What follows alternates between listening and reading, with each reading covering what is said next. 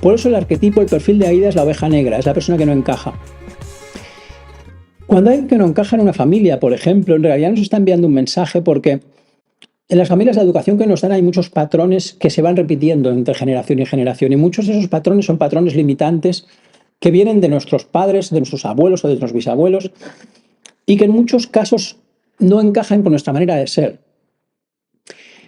Cuando alguien joven no encaja y esos patrones limitantes que pretendemos programar en esa persona no los recibe, eso es por un motivo, eso es porque esa persona está intentando distanciarse de un árbol genealógico y de unos patrones limitantes que esa persona no admite como propios. Esto lo vemos como algo rebelde y de hecho los miembros de la familia que hacen estas cosas tendemos a juzgarlos, tendemos a distanciarlos y en realidad esas personas lo que están es dándonos un mensaje sobre cosas que ya no sirven o cosas que no funcionan en ese linaje, en esa familia.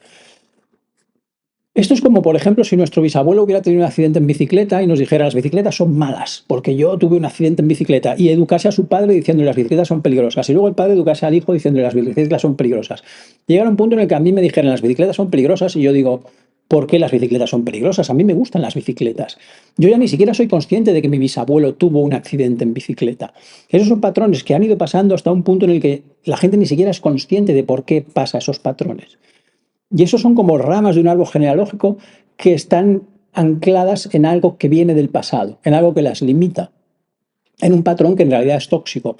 Cuando llegan las nuevas generaciones siempre se confrontan contra lo que intentamos inculcarles. Cuando llega alguien que se confronta y me dice yo quiero ir en bicicleta, a mí me gustan las bicicletas, esa persona está intentando dar una lección a esa familia, está intentando decirles tenemos que avanzar en otra dirección. La educación es el primer programa que instalan en nuestra mente.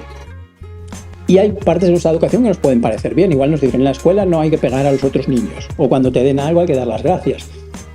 Hay partes de ese programa que aceptamos de manera natural, pero hay otras partes que no aceptamos, que nos rechinan, que no nos parecen correctas. Eso es por un motivo. Porque en realidad nosotros, cuando nos educan, nosotros ya tenemos unos valores con los que llegamos. Si os fijáis, un niño, por ejemplo, un bebé, ya hay cosas que le gustan y que no le gustan. Tú a un bebé le das un abrazo y le gusta, le acaricias y le gusta, le cantas y le gusta. Tú a un bebé le gritas, a un niño le gritas o le pegas y no le gusta. Eso es algo que ya está ahí. Nadie necesita decirte, cuando te den un abrazo eso te hace sentir bien y cuando te griten eso te hace sentir mal. Esos valores existen, vienen de otro lugar. Nadie tiene que explicártelo, es decir, a ti te enseñan a pensar de manera lógica, pero nadie te enseña a sentir. Sentir está preinstalado. Si nos ponemos a pensar de dónde viene esto, es decir, ¿por qué nadie tiene que enseñarte a sentir? ¿Por qué solo te enseñan a pensar? ¿Por qué la parte lógica y racional? Es decir, a ti te enseñan un idioma. Cuando tú aprendes un idioma, un español piensa y habla en español, un inglés piensa y habla en inglés, un alemán piensa y habla en alemán. Te enseñan esa parte lógica, esa parte racional. Pero nadie te enseña que tienes que sentir. Nadie te enseña que cuando ves a tu hijo tienes que sentir amor. ¿Por qué no necesitan enseñártelo? Porque eso viene predeterminado. Eso no viene de tu mente, eso viene de tu alma. Eso es algo que tú ya sabes. Tú sabes que un abrazo es bueno y que te den una torta es malo. Cuando nosotros intentamos instalar un programa en una persona joven y esa persona rechaza ese programa, es por un motivo. Es porque eso no encaja con su perfil. Es porque hay algo dentro de esa persona, algo muy profundo que le dice esto no es correcto. Cuando tú le dices a una niña, tú como eres niña tienes que quedarte en casa, o tú a un niño como eres niño no puedes llevar el pelo largo, o le dices tienes que vestir de esta determinada manera, o por ser un hombre te tienen que gustar las mujeres, y ese niño hay algo dentro de él que se rebela contra eso y dice no, yo voy a salir aunque sea una niña, voy a hacer otras cosas, aunque sea un niño que lleva el pelo largo. Esa rebeldía en realidad es información muy importante para esa familia. Esa alma nueva que ha llegado, lo que está haciendo es educar a esa familia. Lo que pasa es que esa familia muchas veces se resiste contra esa educación.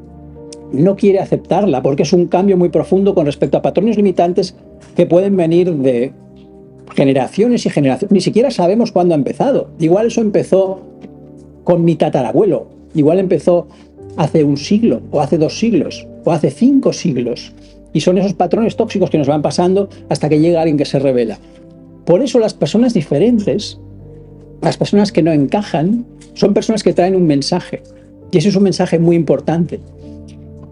Por eso debemos escuchar a esas personas y no discriminarlas.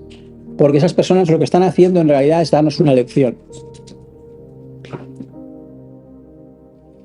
Pues esta es la idea del retrato de Aida Miró. Por eso ella está con el mural de fondo. El que hay en el mural es